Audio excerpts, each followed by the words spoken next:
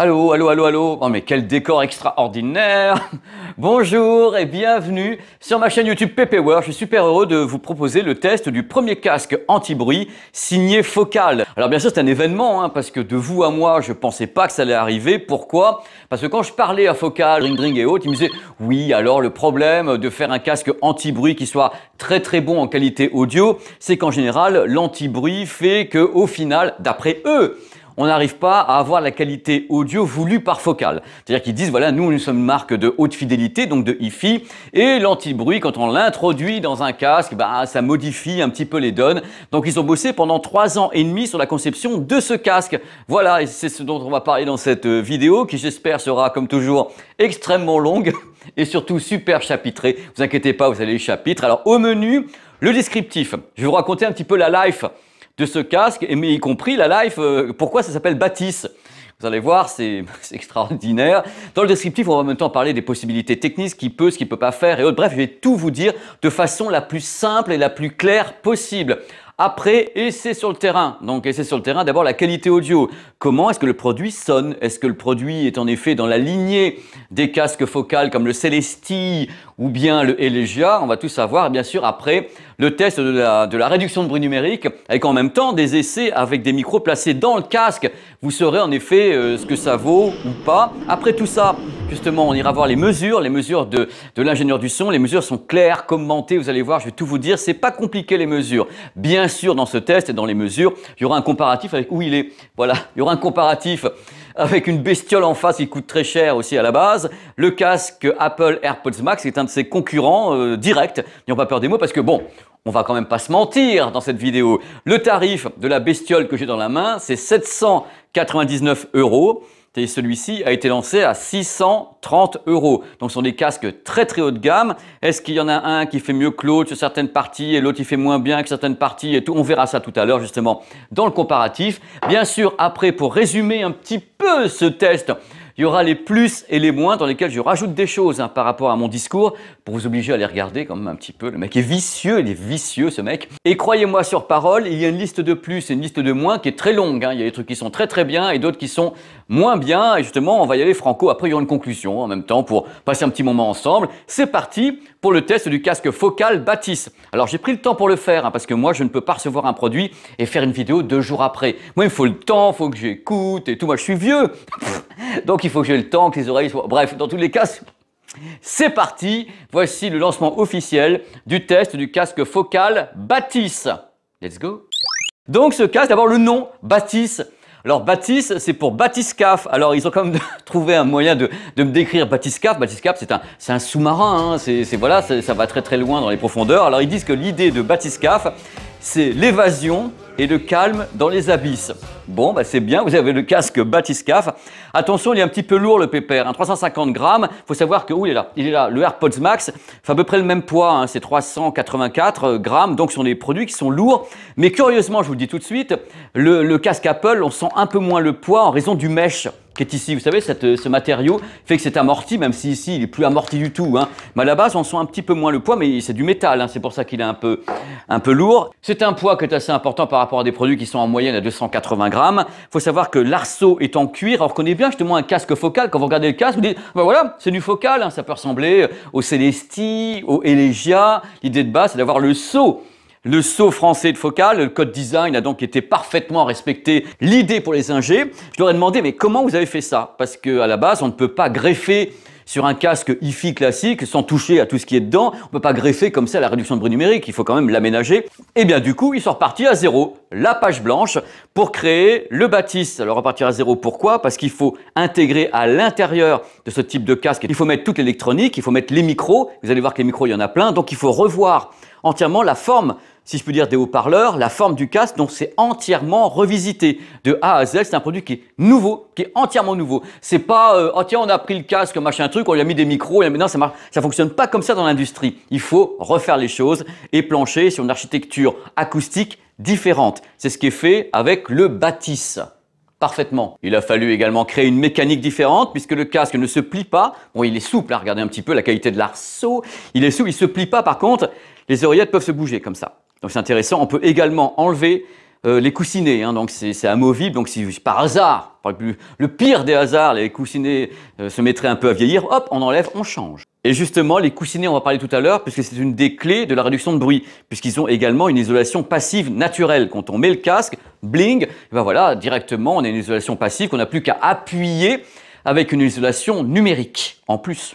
Bien. Cette partie-là, ce qu'on appelle le yoke, c'est du magnésium. Comme je vous l'ai dit, les haut-parleurs ont été entièrement redessinés pour s'intégrer dans une architecture acoustique qui intègre justement l'électronique, les micros et autres. Ce sont des haut-parleurs qui sont à dôme alu, magnésium, c'est-à-dire des haut-parleurs inspirés du modèle Celesty, que j'aime beaucoup. Donc ils se sont basés sur le Celesty pour créer ce produit, donc le Batis. Justement, on va en parler maintenant de ce qu'il y a dans le produit, enfin derrière tout ça, vous allez voir que c'est du lourd. Du très lourd. Et hop, magie du direct, il y a des câbles maintenant. Et pourquoi il y a des câbles? Parce que le produit est super intéressant. Il a plusieurs modes de fonctionnement. Mode de fonctionnement traditionnel numéro 1, le Bluetooth. Connecté en iOS, Android, tout ce que vous voulez. Vous avez l'application, on en parlera tout à l'heure, une application assez simple, mais qui va droit au but. Bon, un fonctionnement classique. Après, vous avez le port mini jack, qui est donc ici, et le port mini jack, vous le connectez à ce que vous voulez, donc un baladeur. Et dans ce cas-là, par contre, il faut laisser le casque allumé, c'est-à-dire que le port mini jack ne rend pas le casque Batis passif. Il doit avoir l'électronique en route, contrairement justement à des modèles Sony XM ou bien Bose qui eux peuvent travailler sans l'électronique activée. Là, faut activer l'électronique. Après, le truc intéressant, on peut utiliser le casque avec un port USB. C'est-à-dire vous avez un PC, un Mac, paf, directement, vous branchez le casque sur le PC ou le Mac. Le casque est reconnu comme une carte son externe et en plus, vous avez un DAC super performant dessus. Donc le DAC, c'est le convertisseur numérique analogique compatible 24 bits 192 kHz. Donc c'est vraiment, on pète les scores quoi. C'est là qu'on retrouve la philosophie de Focal avec donc un produit qui rentre parfaitement dans les cases de la haute fidélité, donc de la hi-fi. Si sur votre PC ou sur votre Mac, vous avez des fichiers en qualité CD ou 24 bits, pas de problème. Vous pluguez comme ça le casque à votre ordinateur et vous avez une qualité extrême puisque vous attaquez directement le casque en numérique. C'est vraiment le top du top, sachant cependant que les drivers sont limités à 22 000 Hz. Mais attention, il n'y a pas que ça, parce que justement, je vais vous donner la réponse en fréquence maximale, mais ça descend à 15 Hz. C'est-à-dire comment c'est un casque qui peut faire du grave, on en parlera tout à l'heure. Donc à la base, le côté hybride me plaît beaucoup. Le choix des armes, c'est le choix des dieux, ça, hein, c'est-à-dire Bluetooth, filaire, en mini jack ou bien filaire en USB, vous faites ce que vous voulez, même si vous voulez faire du gaming avec, vous le pluguez et vous avez un casque gaming, il peut tout faire. Mais là, c'est quand même la notion d'avoir un casque très ciblé, haute fidélité, donc hi-fi, avec en plus la notion de réduction de bruit numérique, et c'est rien de le dire puisqu'ils ont mis 8 micros dessus. Les gars, mais combien de micros? Bah 8 quoi, 8 micros dont 6 concernant la réduction de bruit numérique. C'est ça le record, parce que 8 micros, le casque Technics le fait. Il y en a 4 pour la réduction de bruit numérique et 4 pour les appels téléphoniques. Là, c'est 6 micros pour la réduction de bruit numérique avec des brevets qui leur appartiennent justement pour essayer d'assurer la meilleure réduction de bruit numérique. Il y a des micros partout, ils sont super bien camouflés. Quand on regarde, on a du mal à les voir et il y en a 8. Truc important, sur les 6 micros utilisés pour la réduction de bruit numérique, il y en a 2 à l'intérieur. Ce sont des micros qu'on appelle de feedback, c'est-à-dire qui contrôlent un petit peu, c'est un va-et-vient cette histoire, parce que l'idée de base, quand on veut faire un bon casque à réduction de bruit numérique, il faut d'abord des bons micros. Donc il faut bien les sélectionner pour qu'ils captent au mieux l'environnement du casque. Si vous avez déjà une mauvaise analyse de ce qui se passe dehors, du bruit et autres, vous aurez une mauvaise analyse au final. La réduction de bruit, c'est comme avoir un signal et envoyer un contre-signal. Mais d'abord, il faut que le signal de base, donc la captation audio de votre environnement, soit la meilleure possible pour que l'électronique derrière puisse faire le contre-signal, c'est-à-dire annuler. Voilà, si on n'a pas ça à la base, on a une réduction de bruit numérique, oh, et peut-être d'ailleurs là, je ne sais pas. Bon, on va accélérer un petit peu parce que comme moi, vous êtes peut-être super impatient d'avoir le résultat sur le terrain de ce produit. Ne pas être déçu. Alors, le truc qui est important, c'est qu'il y a bien sûr une application pour gérer la bestiole. Une application sur iOS et Android. On va pas se mentir, elle est un petit peu succincte l'application. On va pas très loin, il n'y a pas 36 milliards de réglages, on n'est pas chez Sony. C'est vraiment des réglages qui vont droit au but. Il en manque pas mal d'ailleurs, on verra dans les plus et les moins de tout à l'heure. J'ai une tour en ce moment absolument incroyable. On peut régler l'égaliseur, vous voyez à l'écran, on peut donc jouer sur l'égaliseur pour modifier un petit peu le grave, l'aigu. On a également un retour qui permet de savoir si on utilise le codec SBC, AAC, aptX, donc c'est bien, on sait ce qu'on écoute. Concernant l'égalisation, on peut truander un petit peu avec un mode qui s'appelle Home. Alors Home, ce serait le mode le plus, attention, le plus neutre, c'est-à-dire en effet, le casque n'en fait pas des tonnes, c'est quand vous êtes chez vous, neutre, c'est peut-être la notion de hi-fi, donc la haute fidélité. Par contre, à l'extérieur, vous avez peut-être envie que ça tabasse un peu plus, dans ce cas-là, il y a un mode qui permet de pousser sur le grave, pour monter un petit peu le médium, l'aigu, c'est un mode loudness. Même chose, si vous écoutez le casque avec pas beaucoup de volume sonore, on sait très bien que l'oreille humaine, nous, on a des problèmes quand on n'a pas le son très fort, on manque de grave, on manque de distinction, donc on peut pousser les choses si vous voulez ne pas écouter très fort, on pousse un petit petit peu pour donner un peu de corps à tout ça, messieurs, dames. Pour appairer rapidement le produit, il y a Google Fast Pair, j'ai essayé, ça fonctionne très très bien. Assistants vocaux à bord, Alexa et Google Assistant. Alors l'autonomie est annoncée pour 30 heures avec la réduction de bruit enclenchée. Donc ça serait une très belle valeur. Hein. Attends, il est où lui? Il y en a qui ne peuvent pas s'en vanter. Hein. Alors lui, non, il peut pas. Enfin, il sait pas, ou il a su peut-être, mais il sait plus. Hein. Truc intéressant, on peut avoir un fast charging. Donc avec 15 minutes de charge, vous avez 5 heures d'écoute. Une fois que vous avez le casque sur les oreilles, vous avez les touches qui sont ici. Je préviens tout de suite. Quelquefois, on se trompe. Vous avez une touche de volume, vous avez l'appairage, vous avez des réglages justement du mode DAC ou bien de la réduction de bruit numérique. Voilà, ça vient pas instinctivement sous le doigt, notamment la touche volume. Pour comparer avec un de ses concurrents, j'aime beaucoup la gestion du volume avec la molette ici, The Crown, la molette de l'Apple AirPods Max. C'est très doux, c'est très subtil, tandis que là, c'est un peu différent. On a des touches qui sont mécaniques et quand on appuie, on a vraiment des paliers pour monter le son. Ding, ding, ding, ding. Là, c'est plus doux, c'est plus suave. Voilà, c'est pour commencer. Parce que vraiment, ils sont un peu concurrents, hein. Bah, beaucoup même. La question légitime que vous posez, que je me pose également, est-ce que Focal a réussi à maintenir le niveau de qualité audio justement de ces modèles Celesti ou Elegia sur un produit qu'ils ont entièrement remodelé, qu'ils ont revu à zéro, avec des drivers qui sont faits par eux, certes, mais autour il y a l'électronique, les micros. Est-ce qu'ils ont réussi à garder ça ou est-ce que Titanic, Iceberg et autres? C'est ce qu'on va voir maintenant avec les résultats en qualité audio. C'est parti, let's go.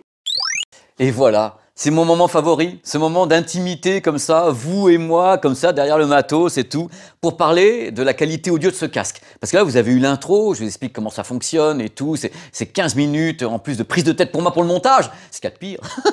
Mais là, maintenant, on arrive au moment où je suis avec vous et ça, c'est un bonheur. On va commencer par faire un truc qui est pas super élégant.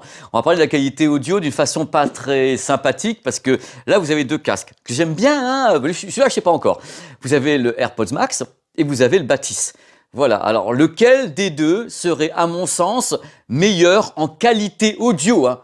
Qualité audio uniquement. Attention, il y a un coussin en bas, c'est toi, c'est pas toi, pouf, pouf, tralala, et voilà. Malheureusement, il fallait qu'il y en ait un qui tombe. Et bien voilà, la différence principale entre le casque, un de mes favoris dans tous les cas, Apple AirPods Max et celui-ci, c'est que celui-ci, comme d'autres, hein, Bose qui est ici, ou bien le petit Sony qui est là, ou d'autres produits, ces casques ont tendance à travailler beaucoup le son quand ils rentrent. C'est-à-dire en effet en Bluetooth ou même en filaire, ils retravaillent beaucoup le son. Eux, ici chez Apple, c'est Computational Audio. Il y a un son qui est travaillé, il n'est pas bidouillé, il est travaillé, il est amélioré, il est presque truandé, il est flatté ce son. Et on l'entend à l'oreille. Ça s'éloigne du concept de la haute fidélité qui est censé justement ne pas faire ça. Et justement, tac, tac, tac, tac, tac, la Zorro, le sauveur qui se pointe. Eux, c'est une marque audio pure. Des gens qui n'avaient jamais fait justement un casque anti-bruit. Qu'est-ce qu'ils se sont dit? On va essayer de pas faire la même chose. Hein. Donc, en effet, le premier truc que je peux vous dire concernant le Batis, on va parler après du grave, de l'aigu, du médium et autres. Le premier truc que je peux vous dire, c'est que lui, il bidouille pas. Il bidouille pas le son. C'est-à-dire que vous avez un son qui va cadrer dans la philosophie de Focal à Saint-Étienne, un son qui est haute fidélité. J'ai enlevé les lunettes. Si on m'avait dit, écoute, ferme les yeux et écoute un casque Focal, si j'avais mis celui-ci, j'aurais dit, c'est un casque Elegia ou Celesti. Eh bien non, c'est le Batis. Alors c'est là où, à mon avis, Focal l'a bien joué, parce que je pense, et on va développer, hein, parce que moi, il faut que j'aille très très loin dans la démonstration, et Focal a réussi à créer un casque hi-fi, réellement hi-fi, mais qui en plus est à réduction de bruit numérique. Et justement, on va rentrer dans les détails maintenant. Le premier truc à savoir, c'est que sa personnalité est assez étonnante. Vous allez voir des courbes à l'écran, des comparatifs et autres. Ce n'est pas, à la base, un casque qui est naturellement basseux. C'est-à-dire que, contrairement à celui-ci, ou bien, celui-là qu'en fait un petit peu aussi, ou bien au Bose, c'est pas un casque qui a été conçu pour faire du grave à fond. Par contre, il peut le faire. Et c'est là qu'est tout le talent, c'est-à-dire qu'il a en effet la possibilité de descendre à 15 Hz quand même. Donc soit vous laissez l'égaliseur sans y toucher et vous ne mettez pas le mode loudness et le casque va avoir un grave qui est solide, attention, qui est ferme, qui est beau, qui n'a pas d'effet justement de rondeur ni d'effet de traîne, c'est un très très beau grave, mais il n'est pas dans l'excès. Comme on fait en hi-fi, en général, les casques haute fidélité n'ont pas un excès en grave. Donc lui, si on ne touche pas, il n'a pas d'excès dans le grave, mais on peut avoir du grave. Croyez-le bien, il tient le choc. Attention, premier truc à savoir, si vous aimez le volume sonore, donc avoir vraiment la patate, il en a. Hein. C'est-à-dire que là, je l'ai connecté par exemple en USB directement à un smartphone. Donc vous avez une sortie directe du smartphone en 24 bits vers le casque. Vous avez une patate d'enfer, hein, même en Bluetooth, AAC, SBC, aptX, vous avez une patate d'enfer aussi. Et en analogique, mini jack, ça prendra de la patate qu'envoie le baladeur. Mais vous avez une super patate. Hein. Alors, autre truc à savoir tout de suite maintenant, la scène sonore. Vous savez à quel point je vous emmerde avec ça sur la scène sonore. Normalement, les casques qui sont des casques fermés, alors casque fermé, c'est en effet un casque, vous savez, où vous ne pouvez pas entendre ce qui se passe dehors. Il est clos. Le casque. En général, les casques fermés, comme tout cela, hein, sont des casques fermés. La scène sonore, elle est large. C'est sûr, elle est large. Mais là, on a la sensation d'avoir une scène sonore d'un casque semi-ouvert. J'ai mis le casque sur les oreilles, je dis, mais bon sang, les synthés sont par là, les claquements de mains sont... C'est vachement loin, qu'est-ce qui se passe? Et en effet, ils ont réussi, je ne sais pas comment, hein, à avoir la sensation d'un casque hi-fi semi-ouvert. Donc, la scène sonore est super large. Alors, la scène sonore, je rappelle, hein, c'est quand vous avez un enregistrement, il y a plein d'instruments, et vous avez soit les instruments qui sont ramassés comme ça. Regardez comment je suis ramassé. Soit c'est ramassé, soit c'est là, soit c'est là, soit c'est là. Et bien là, quand vous mettez ce casque avec un bon enregistrement, vous avez la scène sonore qui est vachement loin. Et ça, c'est super agréable. Vous n'avez pas la sensation d'être dans un casque étriqué. Et en plus, il est clos. Donc la magie est là, vous n'avez pas à entendre les autres, et les autres ne vous entendent pas non plus, parce qu'il est fermé. Donc magie. Alors autre truc, on a parlé du grave, le grave qui était beau, qui était superbe sans trop en faire. Maintenant, il faut parler d'une caractéristique. Vous allez voir un nouveau, justement, à l'écran, la courbe de l'ingénieur du son. Le médium, c'est quoi? Le médium sont les voix, notamment la chaleur des voix, certains instruments et autres. Et en effet, quand on met le casque, pour la première fois, on le positionne, voilà. Oh là là, mais qu'est-ce qu'il est bien positionné, il me va très très bien. Alors le casque, je dis, oh mais c'est vrai, le médium est vachement mis en avant. La voix, les voix des chanteurs et des chanteuses, c'est fabuleux. C'est fabuleux. C'est là. C'est-à-dire que j'ai écouté justement le dernier album de Mylène Farmer qui est très bien enregistré. Et je trouvais la voix de Mylène Farmer, elle était là. Elle était calée. Un enregistrement qui est magnifique. C'était extrêmement beau. C'était incroyable. Les instruments qui sont bien positionnés, en plus sur une scène très large.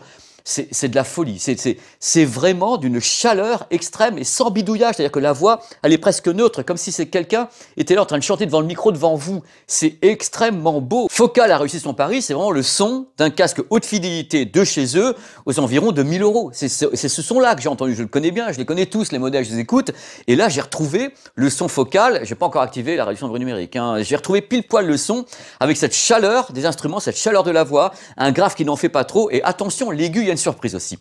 Quand vous regardez la courbe, et à l'oreille, je l'ai entendu tout de suite, il fait, entre guillemets, moins d'aigu qu'un casque comme celui-ci. C'est-à-dire qu'en effet, avec le bidouillage d'Apple et Computational Audio, l'aigu est flatté. C'est-à-dire qu'il relève, en effet, l'aigu, il en met, tandis que là, l'aigu n'a pas besoin d'être levé, il est super précis, il est positionné, il n'est pas agressif, il est parfaitement intelligible, et il y a un impact de folie sur tout le spectre. Ce que j'appelle le spectre, c'est grave, médium, aigu. Focal, à mon sens, n'a pas eu besoin de tripoter tout ça. C'est-à-dire qu'en effet, les drivers, enfin les haut-parleurs sont bons, donc il n'y a plus qu'à envoyer la sauce dans les drivers qui vont retranscrire donc correctement le grave, le médium, l'aigu, sans qu'il y ait besoin d'en rajouter. La différence entre ça et ça, ou bien ça et certains autres, c'est que les autres en rajoutent, ce qui peut ou pourra peut-être vous troubler, parce que les gens sont globalement de plus en plus habitués à des casques qui en rajoutent.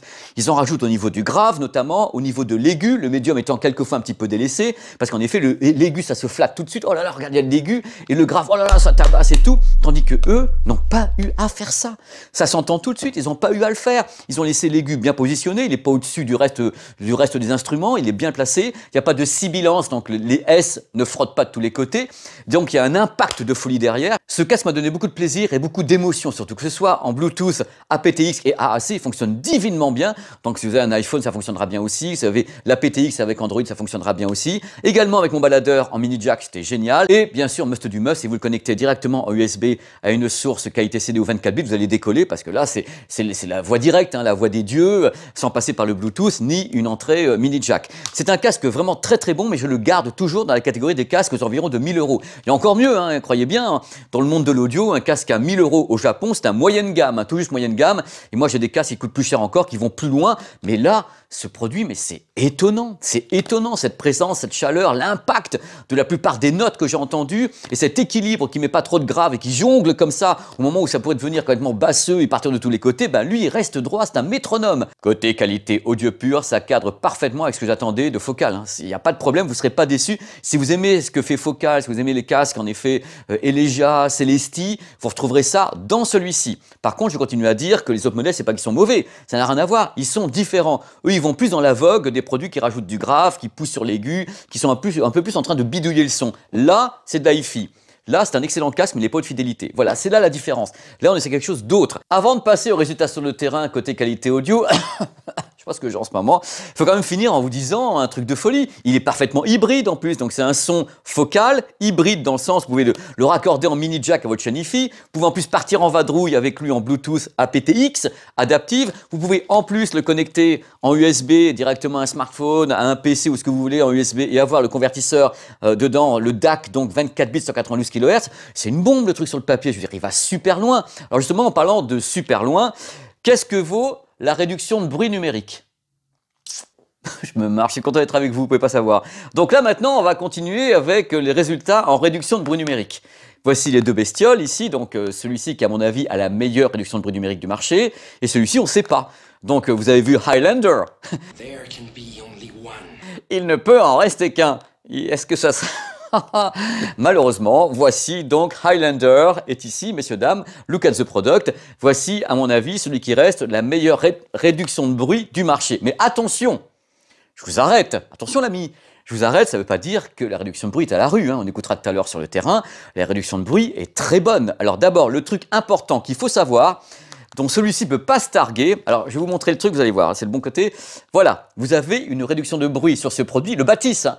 Une réduction de bruit passive absolument dingue. C'est-à-dire que les écouteurs, enfin les oreillettes, sont tellement bien faites que quand vous les positionnez, voilà, bien, j'entends, regardez comme ça me va bien, vous les positionnez, la réduction de bruit est dingue, naturellement, je veux dire, j'ai rien d'activé là, hein. Naturellement, elle est dingue, cette réduction de bruit. Donc ça va aider aux performances de la réduction de bruit numérique. Donc déjà, ça aide beaucoup. Alors, la réduction de bruit est bonne, elle est même très très bonne. Par contre, j'ai déjà expliqué dans les vidéos qu'une bonne réduction de bruit numérique sur un casque, c'est un casque qui parvient à réduire le bruit sur la plupart des fréquences. C'est-à-dire que vous avez des fréquences, hein, le grave, le médium, l'aigu si vous voulez, le boom boom, des voix humaines et le strident, je fais bien le strident des freins d'un métro. Un bon casque est capable de réduire tout ce type de fréquences. Et lui arrive à réduire la plupart de ses fréquences entre 25 et 30 dB. Lui, il travaille très très bien, il peut réduire pas mal de ses fréquences, mais sur le grave, par exemple, il en laisse passer. Donc voilà, c'est sa caractéristique, c'est qu'il n'est pas aussi performant sur l'ensemble des bruits à réduire que peut l'être le max, qui lui y arrive le plus facilement. Donc quand vous allez avoir ce casque, si vous voulez l'acheter, il n'y a pas de problème, vous verrez tout à l'heure ce que j'en pense, vous allez mettre le casque, vous allez activer la réduction de bruit numérique à 2 paliers, vous avez un palier un peu soft et un palier un peu plus fort, vous allez vous rendre compte qu'en effet, la réduction de bruit est bonne. Mais quand vous allez avoir un bus qui passe à côté ou le ronronnement comme ça du métro qui arrive, vous vous rendrez compte que celui-ci arrive plus facilement à réduire ce genre de ronflement que celui-là. Mais sinon, c'est bon, hein. Alors le truc que j'ai remarqué également pendant la réduction de bruit numérique, c'est quand vous passez d'un mode à l'autre, vous avez un boum, vous allez écouter tout à l'heure, vous avez boum, et c'est comme si l'ajustement s'entendait, c'est-à-dire qu'il y a des casques qui sont plus soft, ils passent d'un mode à l'autre et c'est assez invisible. Là vous entendez, l'électronique commence à travailler, c'est-à-dire les micros, oh là, mais qu'est-ce que je dois réduire? Oh là là là là, comment je m'en sors?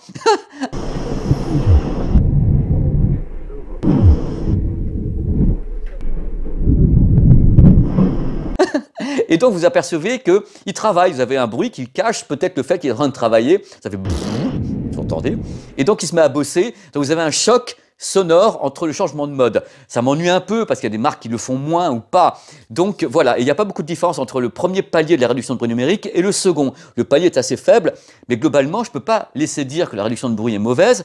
Par contre, elle n'est pas identique sur toutes les fréquences. Elle a des fréquences qui passent et d'autres qui ne passent pas. Il y a un côté aléatoire des voix humaines. Donc c'est vraiment un bon casque côté anti-bruit, mais le problème du casque Batis, c'est pas lui, bah c'est ce qu'il y a en face. C'est les autres loustiques qui sont en face, les QC45 et tout le moment, les Bose, les machins, les Sony XM5. Le problème, c'est qu'ils font mieux, enfin un peu mieux, sur toutes les fréquences. Attention, je tiens à dire un truc important, ne me faites pas dire ce que j'ai pas dit. Il n'y a pas un fossé dans la réduction de bruit numérique entre le Batis et par exemple ces casques-là. Mais on fait des mesures, moi je suis là pour détecter les choses. Et la réduction de bruit est globalement moins bonne, mais elle est bonne.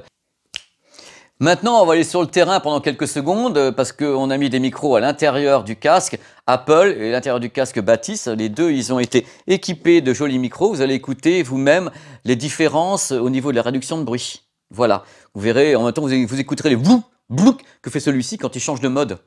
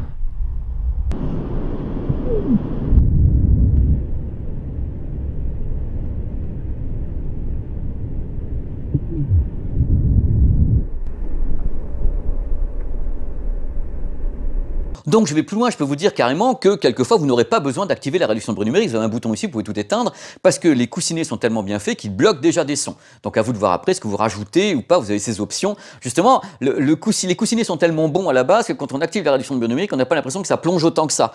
Donc voilà, c'est le défaut de la qualité du défaut. Le mode transparent maintenant, vous savez le mode transparent, quand vous appuyez sur le bouton et que tous les micros du casque s'activent pour vous faire écouter ce qui se passe à l'extérieur du casque, très important dans la rue ça, hein, pour écouter, pour savoir si vous entendez un bruit de bus ou un truc comme ça, il faut activer le mode transparent. Le meilleur mode transparent reste celui de l'Apple AirPods Max. Là, le mode transparent est bon, hein, il est activé, j'entends bien, j'entends tout, j'entends mes mains, c'est très clair. Par contre, comme pour la réduction de bruit, il y a toutes les fréquences qui ne sont pas transparentes. Un vrai bon mode transparent, c'est celui qui va vous donner exactement ce qu'il y a dehors, c'est-à-dire sans dire je mets plus de grave, plus d'aigus, ce que fait celui-ci. Quand vous l'avez sur les oreilles, vous ne savez même pas qu'il est là, c'est-à-dire que c'est vraiment vos oreilles qui entendent l'extérieur. Là, vous allez bien entendre également, il n'y a pas de problème, mais il va vous manquer des petits trucs qui font que moi, dans tous les cas, je suis obligé de vous dire, aux mesures, il est moins bon que l'Apple AirPods Max, mais ça reste un bon mode transparent. Tout à l'heure, dans les plus et les moins, vous verrez que le Batis a beaucoup de plus et également beaucoup de moins, mais globalement, la réduction de bruit est tout à fait correcte, elle est vraiment très bonne, le mode transparent aussi, c'est très bon, mais encore une fois, nous ici, on est obligé de comparer mesure et écoute avec d'autres produits qui sont en effet un peu meilleurs, en réduction de bruit notamment. Voilà, maintenant, on va faire un truc que j'aime beaucoup également, les plus et les moins, vous allez voir que je rajoute des trucs dedans en plus, hein, exprès. Une des meilleures qualités audio sur un casque anti-bruit. Et en plus, c'est français. En qualité audio, une incroyable présence des voix. Il y a une chaleur incroyable dans les voix et une très grande scène sonore. C'est gigantesque, on a l'impression que le casque est un casque ouvert. Le grave est généreux, il est précis, mais il n'en fait pas trop. C'est ça, un vrai casque de fidélité. Une bonne réduction de bruit qui est notamment sauvée par le fait que les oreillettes sont très bien faites et elles ont une excellente isolation passive. Donc isolation passive des oreillettes plus tous les micros plus le traitement, oh là là, bah ça donne quand même une très bonne réduction de bruit. Le gros plus, l'aspect hybride du produit, vous vous rendez compte, il est Bluetooth multipoint en plus, hein, avec les codecs AAC, SBC, aptX. En plus, il peut être filaire, donc mini jack, connecté à un baladeur. Il peut être relié en USB directement à une source 24 bits, 192 kHz via un PC ou un smartphone. C'est du délire. Il sait tout faire. Il faut qu'il soit activé. En mode passif, il n'y a rien qui rentre. Le casque a une excellente sensibilité. Ça veut dire quoi? Ça veut dire qu'avec peu de jus, il a directement un haut niveau sonore. Vous pouvez monter très loin parce qu'il a un super rendement. Vous balancez un petit peu de jus et l'autre, oh, il décolle. Merveilleux. Aux mesures et à l'oreille, il n'y a pas de différence de qualité audio avec ou sans la réduction de bruit numérique. Il y a certains casques, quand on active la réduction de bruit numérique, ça... je rigole. Bon, non, là ça allait. Oreillette détachable si vous le souhaitez. Application avec un égaliseur. Beauté de l'objet quand même. Hein. Beauté de l'objet. Ouïe, voici les moins. Le prix, Le prix, 800 €, même si je sais au fond de moi que le prix est justifié. Parce que c'est en effet un casque qui a la caractéristique des modèles hi-fi de la marque. C'est-à-dire que si vous allez vers le Celesti ou des modèles comme les Leia, ils sont à 900, 1000, 1100 €. Donc on sait que c'est le tarif. Mais je comprends que pour vous, ça soit un prix qui soit très élevé, 800 €. Mais encore une fois, je pense qu'il n'est pas galvaudé. Ça les vaut. Mais je sais que c'est élevé à la base. C'est le plus cher. Il vaut plus cher que tous les autres casques que j'ai testés sur la chaîne. C'est pour ça que c'est compliqué pour moi vraiment de dire ah, je le compare, mais il valent 3 fois moins ou 2 fois moins. Donc c'est compliqué. Afin de fonctionner, le casque doit être toujours allumé, c'est-à-dire qu'il ne peut pas fonctionner en passif. Il y a des casques où il y a des casques, voilà, par exemple le Bose, si vous voulez, vous mettez mini jack dedans et hop, en passif, vous avez le son. Hein. Donc là, non, c'est pas possible. Il faut que l'électronique soit activée. Alors la réponse de la part de Focal que j'entends, c'est-à-dire qu'en mode passif, on perdait trop. C'est-à-dire qu'en effet, on a conçu un casque avec une architecture numérique. On sait que les drivers fonctionnent avec l'électronique. Si on arrête l'électronique, souvent, les caractéristiques s'écroulent. Et en effet, ça s'est vu. Hein. Oh non, je ne l'ai pas montré. C'est pas moi. Oh là là. On ne peut pas le recharger pendant qu'on l'écoute. Une bonne réduction de bruit, mais qui est malgré tout en dessous de celle de certains de ses concurrents. Un bon mode transparent, mais qui est malgré tout en dessous de celui de certains de ses concurrents. La position des boutons. Moi, quand je l'ai sur les oreilles, je me trompe tout le temps. Voilà, la position des boutons, ça me va pas. J'aime bien l'application. Il me manque plein de trucs par rapport à ce que fait Sony ou ce que fait Apple. L'application est très succincte. Hein. On a vraiment quelques accès et c'est tout. Hein. Il n'y a pas de capteur de port de tête. Il n'y a pas de capteur pour un positionnement. Vous savez, avec l'audio spatial, genre Apple, vous avez justement le Dolby Atmos qui bouge comme ça. Non, il n'y a pas les capteurs à l'intérieur. Pas pour le moment, dans tous les cas, pas sur ce modèle-là. Côté appel téléphonique, la captation est correcte, mais il ne faut pas qu'il y ait du monde qui parle. Hein. C'est un produit qui est assez lourd. On a du mal à l'oublier. Pas uniquement son poids, mais le fait que les oreillettes sont grosses quand même. Donc on sait bien qu'on les a là. Celui-ci est aussi lourd, voire un petit peu plus, mais il y a le mesh. Ici, vous savez, ce matériau mesh qui est là également, qui fait que la pilule passe un peu mieux. Un petit peu, hein, pas trop non plus. Il y a des casques qui se plient. Oh, comme il est plié. Et il y a des casques qui ne se plient pas. Il y a un truc qui m'a un petit peu énervé dans la boîte, il y a des câbles. Ah, mais je trouve que pour 800 €, les deux câbles, donc mini jack ainsi que USB, font un peu cheap. Franchement, hein, ils font cheap. Dans l'application, il y a un mode pour éteindre le logo, parce qu'il y a le logo qui s'allume ici. Mais en mode filaire, on ne peut pas le désactiver. C'est-à-dire que vous êtes en mode filaire et vous avez le logo allumé. Alors Focal m'a dit, dans une mise à jour, on pourra l'éteindre. Mais pour le moment, sur ce modèle-là, le logo reste allumé. Vous êtes là, dans le noir, on voit que vous. Hein. On voit que vous. Et tous les moustiques de l'Ouest vont venir vous attaquer. Hein. Pour terminer, quand on change de mode de fonctionnement du casque, donc de transparent à réduction de bruit et super réduction de bruit, on a un vroom, on a une sorte de mise à jour qui fait que le son se coupe, ça repart, on sent qu'il calcule à fond, mais on entend le calcul, quoi. Ça fait... Oh il faut que ça s'arrête, ça. Voilà, il est tard, c'est la fin de cette vidéo du dimanche. J'ai comme toujours été super content, j'ai passé beaucoup de temps avec le casque. Vraiment, je l'ai eu 3 semaines sur les oreilles parce que j'ai aimé écouter le produit. Vous avez entendu ce que j'avais à vous dire. C'est un casque différent, il est étonnant, il coûte plus cher que les autres. C'est un casque que je considère comme haute fidélité, hybride, avec malgré tout ce qu'on peut dire, une excellente réduction de bruit numérique, avec un bon mode transparent. Mais de ce côté-là, il a des concurrents sévères de l'autre côté. Mais la qualité audio avec des bonnes sources, encore une fois, n'allez pas balancer n'importe quoi. Avec des bonnes sources, donc en lossless, avec une belle qualité, en Bluetooth, aptX, AAC, ou bien connecté directement en USB, vous avez un son qui est étonnant. Le son d'un casque Focal hi-fi aux environs de 900 €. C'est le son que vous avez, donc vous avez un beau produit hybride à la base. Ça, je peux pas dire le contraire, je peux pas laisser dire le contraire, c'est un produit hybride qui a plein de défauts. Vous avez vu la liste des défauts de jeunesse, sur des dates chaudes, des logos qui restent allumés, l'application qui n'est pas encore assez pointue, il manque plein de trucs, quelque part, qui vont arriver certainement par une mise à jour, ou sur le Batis 2, le Batis CAF 2, le retour. Mais déjà, côté audio, waouh! Waouh. Donc voilà, c'est ce que j'avais à vous en dire. Je pense que ça va été, j'espère, le plus complet possible, avec plus les mesures, et c'est sur le terrain et autres. N'hésitez pas à commenter. Moi, je suis là pour vous lire. En ce moment, j'ai pas beaucoup de temps de répondre parce que j'arrête pas, et puis j'ai voyagé, j'ai fait des reportages. J'ai pas eu le temps de répondre sur la chaîne. Je vous présente mes excuses, mais c'est très compliqué. Je vais revenir et avoir le temps de le faire à la dictée vocale, donc plein de fautes d'orthographe, ça va être que du bonheur. Dans tous les cas, baladez-vous sur la chaîne. Il y a plein de tests. Je crois qu'il y a un téléviseur qui arrive demain, parce que là, on est dimanche. Je crois que demain soir, si j'ai fini le montage, c'est le TCL 935 qui est testé, qui a déjà été testé, mais il faut monter la vidéo et ça, c'est long. Voilà, je vous fais des gros bisous. Je vous dis à très vite, en effet, sur la chaîne. Il y a, cette semaine, je pense qu'il y aura 3 vidéos, d'ailleurs. Il y a le TCL, mercredi soir, il y a un best-of des meilleures annonces, du délire, hein. Les meilleures annonces octobre-novembre, avec des trucs de folie, c'est tourné à Hawaï en plus. Et dimanche, je sais pas ce que je fais, peut-être je vais dormir, voilà. Allez. Ciao, je vous fais des bisous, portez-vous bien. Puis merci, hein. C'est super sympa d'être là. Je sais, c'est pas facile, hein,